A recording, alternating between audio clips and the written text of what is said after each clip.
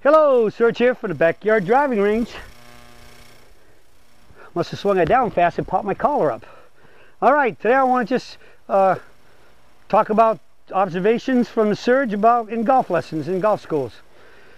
I see in lessons and schools, run into students now and then that are really working hard, really want to improve, really trying to get all the fine nuances of the peak performance golf swing down, and in many cases they're doing it pretty good, but they got a low tolerance level for hitting a poor shot, and especially what we consider a bad shot.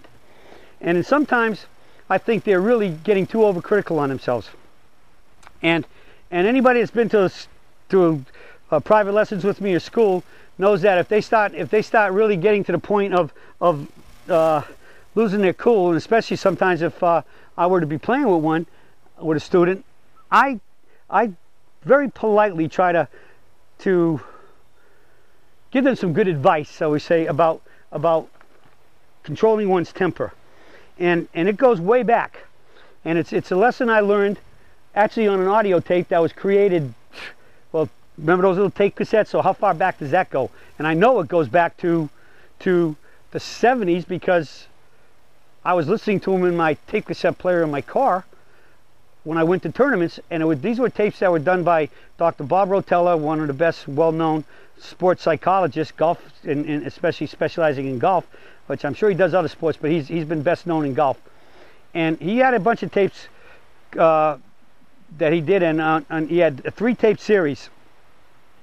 And tape 2, side 2, was titled "Learning to Be Your Own Best Friend." And the whole concept is if you and I are playing a match, we're playing in a tournament, say a 2-ball best ball, and we're partners, or we're having our weekend match with you and I playing these 2 other guys. And what are you going to do if I hit a really poor shot or whatever, and I'm getting frustrated and disgusted and maybe really ticked off, and what are you going to say to me? Oh, calm down, Don. Don't worry, man. I mean, you're still in play, man. You're in the rough, but you can knock it out. Get up on the green. You can make your par or whatever. You're gonna be a good coach for me. You might even tap me on the back. Calm down, calm down. You can still do it. Well, we talk that way to our partners. We talk that way to our friends. We would talk that way to anybody that we're playing golf with that started to lose it, as long as they're probably not our competitor. But we don't talk that way to ourselves. We talk really bad and ugly to ourselves. We get down on ourselves. I mean, how many times have you even heard somebody say, man, every time I need a shot really bad, I just fold my tent, or I break down like a cheap chair, or I just choke my guts out. All you're doing is, you might as well take this club and just go bang, bang, bang, bang, bang, and pound yourself right between the eyes. So I think the key to good, successful golf is learning to be your own best friend and talk well. And let's just talk about a shot like this. I see golfers stand here, and I promise you, I've done this myself. Say I'm on a par 5 going after a green, I can reach it in 2, and I just flat, pretty much cold top my 3-wood, but I cold top it right smack down the middle of the fairway, and the ball rolls 180, 200 yards. All right, 230, 240 would have put it on the green. I'm 180, so where am I? I'm 40, 50, 60 yards for the green, depending if I'm 180, 200, whatever. So I got a wedge, knock it up, make the putt, and I make my birdie and leave it. The worst, I make a par. But how many of us beat ourselves to death over that shot? Whether it be a 3-wood to the green, or even an iron, if you scull it or thin it a little bit and it comes up short, or miss it on the right, or even going to bunker. If you've done a little work on your bunker game and you're halfway decent bunker player, just say, oh man, okay, it's better than topping it down the middle. It's certainly better than puring it into the right woods, or a ditch over there on the right side of the fairway where I might have to take a penalty or whatever. It's right in the middle of the fairway. I just miss it right in front of the green or the side of the green. I'm in the bunker. I can get it up and down and make the putt. Get it up, get it on the green, make the putt, make a par. At the worst, I get out with bogey.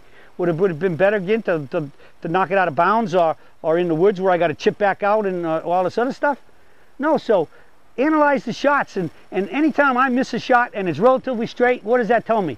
It tells me I was overall a pretty good golf swing. The club had to be on, square and solid for the ball to go straight. So hey, not bad. Good job there, Don. Just make sure you catch it a few more lines up on the club face, so you'll hit it more solid up in the air, and it'll go the right distance. So find the good things in the shot Compliment yourself on the good things. If there isn't a whole lot of good things to find on a shot, but the ball is still in play, down the middle or just off to the sides, and you can knock the next one up on the green or fairly close to the green and still got a chance of making your birdie and or your par or bogey, it's a heck of a lot better than hitting some place where you're going to be struggling to make double. So pat yourself on the back, say nice things to yourself when you need to, keep your temperament more calm, more controlled, and I guarantee you it'll help you shoot lower scores, because good shots, pretty good shots, are still the best way to play.